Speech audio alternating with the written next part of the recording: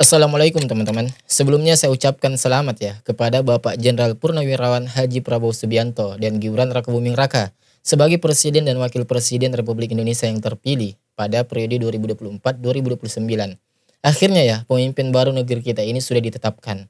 Ya, selama kurang lebih 15 tahun lamanya ya, perjuangan Pak Prabowo dalam usaha beliau ini mencapai titik sekarang ini. Ya, akhirnya beliau ini terpilih juga sebagai presiden di tahun ini, teman-teman. Dan seperti yang saya tulis pada video ini ya, kali ini kita akan berbicara tentang sosok Bapak Jenderal Purnawirawan Haji Prabowo Subianto. Ya mungkin bagi teman-teman yang sudah menyimak tadi pagi ya, kita bisa melihat sebuah prosesi pelantikan beliau yang begitu khidmat dan berjalan lancar. Alhamdulillah ya, mulai dari awal sampai akhir.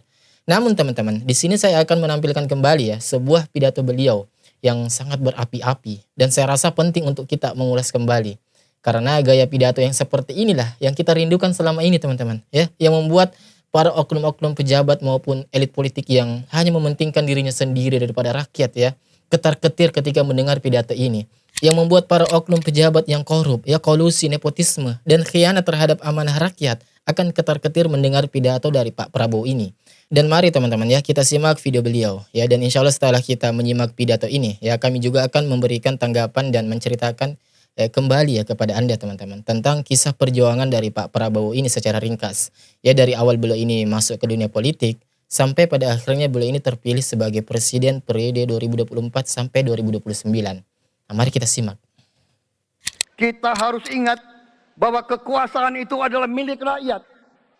Kedaulatan itu adalah kedaulatan rakyat. Kita berkuasa seizin rakyat. Kita berkuasa atas izin rakyat, kata Pak Prabowo teman-teman. Menjalankan kekuasaan harus untuk kepentingan rakyat. Harus untuk kepentingan rakyat. Kita harus selalu ingat, setiap pemimpin dalam setiap tingkatan harus selalu ingat, pekerjaan kita harus untuk rakyat. Tuh, Masya Allah. Kita harus selalu ingat bahwa pekerjaan kita ini sebagai pejabat itu harus untuk rakyat teman-teman. Masya Allah.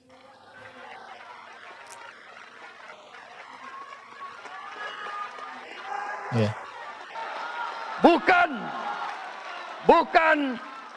kita bekerja untuk diri kita sendiri. Ya. Bukan kita bekerja untuk kerabat kita. Nah, ini ya luar biasa ini ya pidato beliau ya. Iya. Bukan kita bekerja untuk pemimpin-pemimpin kita. Ya. Pemimpin yang harus bekerja untuk rakyat. Nah, ya, pemimpin yang harus bekerja untuk rakyat teman-teman ya, Pak Prabowo mengatakan itu, Masya Allah. Dan diberi aplaus ya, tepuk tangan oleh hadirin yang ada. Saudara-saudara Tamu-tamu sekalian, besar. kita harus mengerti selalu, sadar selalu bahwa bangsa yang merdeka adalah bangsa di mana rakyatnya merdeka. Bangsa yang merdeka di mana rakyatnya merdeka juga teman-teman. Rakyat harus bebas dari ketakutan. Rakyat harus bebas dari ketakutan ya. Bebas dari kemiskinan. Ya. Bebas dari kelaparan. Bebas dari kelaparan. Bebas dari kebodohan. Bebas dari penindasan. Bebas dari kebodohan, bebas dari perbuatan-perbuatan takhayul, khurafat, bid'ah, ya. Minta-minta di kuburan orang yang sudah meninggal. Ya itu salah satu ya, mohon maaf ya, perbuatan yang saya rasa bebas dari penderitaan. Bebas dari penderitaan. Saudara-saudara sekalian, masih ada saudara-saudara kita. Masya Allah, itu tadi ya teman-teman, bisa kita mendengar. Ya begitu berapi-apinya Pak Prabowo ini dalam pidato perdana beliau ya sebagai Presiden Republik Indonesia yang sah, yang resmi ya. Dan sebenarnya kalau kita hitung ya dari awal sampai akhir pidato ini ya, itu hampir sejaman lah durasinya. Dan saya sengaja mengambil yang bagian poin ini teman-teman, karena ini benar-benar seharusnya menjadi perhatian bagi para bapak-bapak pejabat kita ya.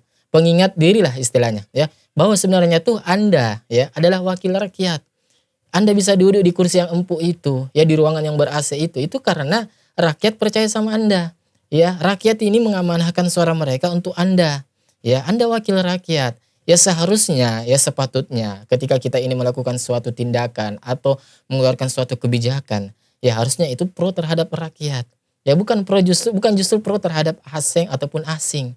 Apalagi kalau itu hanya untuk kepentingan pribadi. Ya, nauzubillahi min dzalik. Tetapi bersyukurlah teman-teman ya, di negeri kita ini di Indonesia ya, semua pejabat-pejabat kita itu amanah, jujur semua dan baik-baik lagi ya. Berbeda dengan negeri Konoha sana yang seperti tadi ya. Ya entah berantah itu. Kalau di Konoha mah beda banget teman-teman ya, hancur sekali sana ya. Sudah mah korupsi di sana nggak selesai-selesai ya, nepotisme tinggi. Bahkan orang yang sudah jelas-jelas mantan napi itu bisa daftar jadi pegawai lagi. Ya sedangkan rakyatnya di negeri sana ya, itu kalau saya dengar ya, itu kalau mereka mau bekerja, mereka itu harus disuruh mengurus terlebih dahulu yang namanya itu surat kelakuan baik ya. Beda jauh pokoknya dengan negara kita ini yang Masya Allah ya Indonesia ini. Dan bersyukurlah kita hidup di negeri ini, ya di Indonesia ini teman-teman. Ya apalagi kalau kita melihat pidato beliau ya, pidato dari Pak Prabowo tadi. Beliau ini menekankan bahwa ya negara yang merdeka adalah rakyatnya itu terbebas dari rasa takut. Yang rakyatnya itu terbebas dari ketakutan. Nah ini ya, ini seharusnya jadi perhatian ya penting ya, sebuah stressing ya bagi ya teman-teman kita di Aswaja ya, karena ya ada dari mereka oknum-oknum mereka ini yang ya, kita dapatin ya dengan mudahnya membubarkan kajian dari teman-teman atau saudara-saudara kita di Salafi ya. Dengan kalau kita tanya alasannya apa, katanya alasannya pemecah belah. Tetapi ketika kita mengecek atau mempelajari materi yang disampaikan oleh ustaz tersebut ya, contohnya kemarin Ustaz Syafiq Riza Basalama yaitu dituduh katanya pemecah belah NKRI. Makanya kajian beliau itu dibubarkan, ya dihalang-halangi, ya dicekal. Ya tetapi kalau kita melihat ya, coba deh ya Anda teman-teman saya tanya, gimana coba gaya ceramahnya dari Ustaz Syafiq Rizal Basalama? Ya itu kan belum menjelaskan permasalahan-permasalahan seputar hati teman-teman ya. Bagaimana sikap istri yang terbaik bagi suami, ya bagaimana suami bersikap yang baik terhadap istri, ya kan? Seperti itu. Artinya pembahasan materi Ustaz Syafiq Rizal Basalama itu seputar masalah hati. Lah kok bisanya dikatakan materi seperti ini ya, warna dakwah seperti ini itu dikatakan pemecah belah NKRI. Nah ini di mana ceritanya teman-teman? Ya jadi seperti inilah teman-teman ya. Kita justru rakyat yang tinggal di negeri ini itu ada rasa ketakutan tersendiri ya, kecemasan. Kasihan teman-teman kita di Salafi ketika mengadakan kajian mereka itu ya tidak sedikit ya. Saya tidak katakan semua tapi tidak sedikit mereka ini mendapatkan penolakan. Mereka ini mendapatkan diskriminasi, mereka ini mendapatkan pencekalan, bahkan dibubarkan kajiannya. Oleh siapa? Ya oleh oknum dari Aswaja.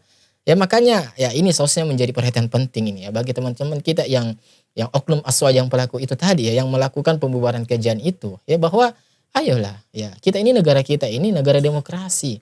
Negara kita ini berasaskan demokrasi. Apalagi Pak Prabowo tadi kan menekankan bahwa tidak disebut negara itu merdeka kalau rakyatnya itu belum terbebas dari yang namanya ketakutan. Ya kan? Jadi sudah jelas. Jadi ya kami sangat mengapresiasi, sangat mendukung terhadap pernyataan pidato perdana dari Bapak Prabowo Subianto ini teman-teman. Ya dan ini seharusnya menjadi perhatian warning ya bagi teman-teman atau siapapun ya. Entah itu dari Salafi atau dari siapapun, dari Aswaja atau dari siapapun ya. Ya jangan sekali-sekali kita ini melakukan yang namanya tindakan main hakim sendiri. Dalam artian ya membubarkan kajiannya orang. Ya dan kalau kita lihat fakta teman-teman ya, yang sering membubarkan kajian itu siapa? Ya enggak usah saya jawab, kalian sudah pasti tahu. Ya jadi maka dari itu teman-teman, bahwa sekali lagi ya kami sangat kagum dan respect terhadap pidato beliau ini yang sangat berapi-api, yang sangat betul-betul pro terhadap rakyat.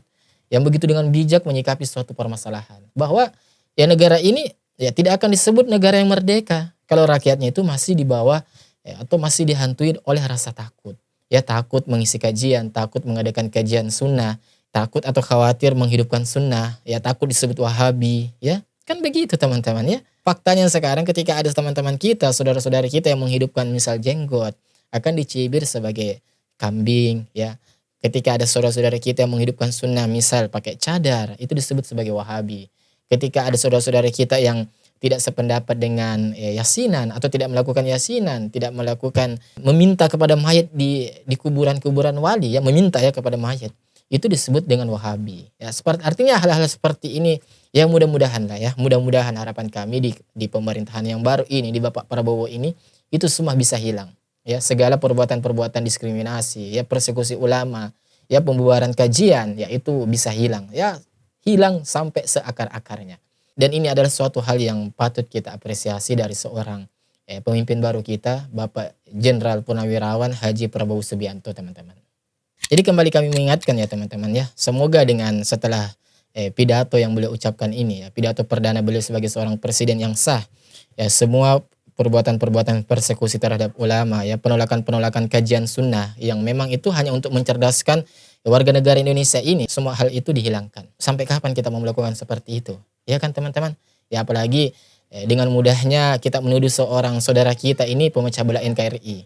Ya padahal tidak ada buktinya sama sekali.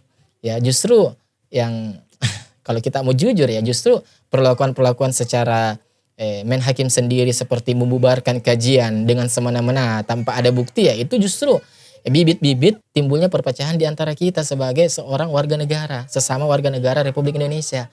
Jadi teman-teman, kembali lagi kepada soal Bapak Prabowo ya. Teman-teman, sebenarnya Pak Prabowo ini ya itu mulai terjun ke dunia politik pada tahun 2004. Ya ketika itu Pak Prabowo mencalonkan diri sebagai Ketua Umum Partai Golkar. Namun beliau tidak terpilih saat itu. Ya akhirnya Prabowo pun berupaya mendirikan sebuah partai sendiri ya bersama Hasim Jojo Hadikusumo, Fadlizon, dan Muhdi Purwo Pranjono. Ya dan beberapa nama lainnya. Beliau mendirikan partai pada tahun 2008. Ya dengan nama yang saat ini kita kenal dengan nama Gerindra. Nah, di dalam buku Strategi Transformasi Bangsa Menuju Indonesia Emas tahun 2045, ya Prabowo ini mengatakan seperti ini teman-teman ya. Keputusan saya untuk masuk ke dunia politik berangkat dari sebuah kesadaran. Ya sebuah kesadaran yang saya dapatkan dari mempelajari sejarah bangsa Indonesia dan bangsa-bangsa lain. Nah, teman-teman ya, menurut Pak Prabowo, sistem ekonomi Pancasila yang dipilih para pendiri bangsa adalah pilihan yang terbaik. Namun, sistem ekonomi saat ini tidak sejalan dengan cita-cita itu. Ya maka atas dasar hal inilah dalam upaya mengembalikan haluan ekonomi negara, maka Pak Prabowo memutuskan untuk menempuhnya dengan cara perjuangan politik. Ya dengan lahirnya partai beliau pada tahun 2008. Ya meski baru terjun ke dunia politik, Pak Prabowo langsung ikut pemilihan presiden dan wakil presiden. Ya beliau mencalonkan diri sebagai wakil presiden pada Pilpres 2009. Dan seperti kita ketahui teman-teman ya, saat itu Gerindra berkoalisi dengan PDIP. Ya Prabowo mendampingi calon presiden Megawati Soekarno Putri. Dan mereka kalah dari petahana Susilo Bambang Yudhoyono atau Pak SBY dan Budiono waktu itu. Nah singkat cerita teman-teman ya, kekuatan Prabowo dan Gerindra menanjak setelah itu teman-teman ya. Prabowo akhirnya mendapat kesempatan menjadi calon presiden pada dua pemilihan berikutnya. Ya akan tetapi beliau kembali gagal memperoleh kemenangan. Ya Pak Prabowo dua kali kalah dari politikus PDIP yaitu Bapak Joko Widodo. Ya namun kegagalan demi kegagalan yang dirasakan oleh Pak Prabowo ini lantas tidak membuat beliau ini untuk menyerah, ya apalagi pensiun dari dunia politik. Ya beliau ini justru semakin bersemangat dan memupuk asa lebih kuat demi tercapainya niat mulia beliau ya dalam memajukan bangsa yang kita cintai ini. Dan seperti kita tahu, beliau sempat memposisikan diri dan Gerindra ya sebagai oposisi Pak Jokowi waktu itu.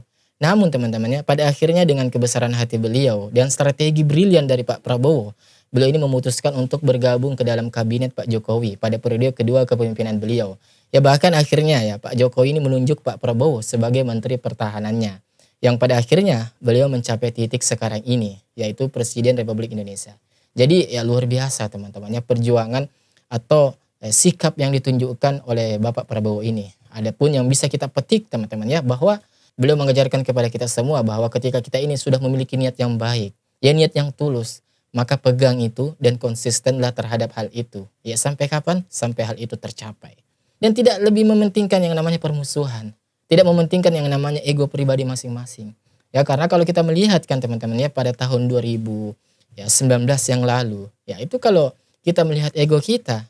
Ya dengan melihat keadaan suasana waktu itu ya maka ya umumnya ketika orang yang sudah kalah maka dia akan malu. Ya atau mungkin ya gengsi untuk bergabung kepada orang yang sudah mengalahkan dia. Tetapi tidak bagi Pak Prabowo. Ya beliau justru bisa meredam ego itu. Beliau ini lebih melihat kepada rakyatnya. Sehingga apa? Ya sehingga beliau ini rela dicaci maki sebagai pengkhianat lah, dicap sebagai seorang penjilat lah, dicap pokoknya segala macam cibiran-cibiran ini tersemat kepada Pak Prabowo waktu itu. Ya tetapi pada akhirnya teman-teman ya, hari ini ya, tahun ini, ya detik ini, hal itu semua terjawab. Bahwa sungguh ya betapa briliannya strategi beliau waktu itu. Insya Allah kita ketemu lagi di video selanjutnya. Wassalamualaikum warahmatullahi wabarakatuh. Barakallahu fikum.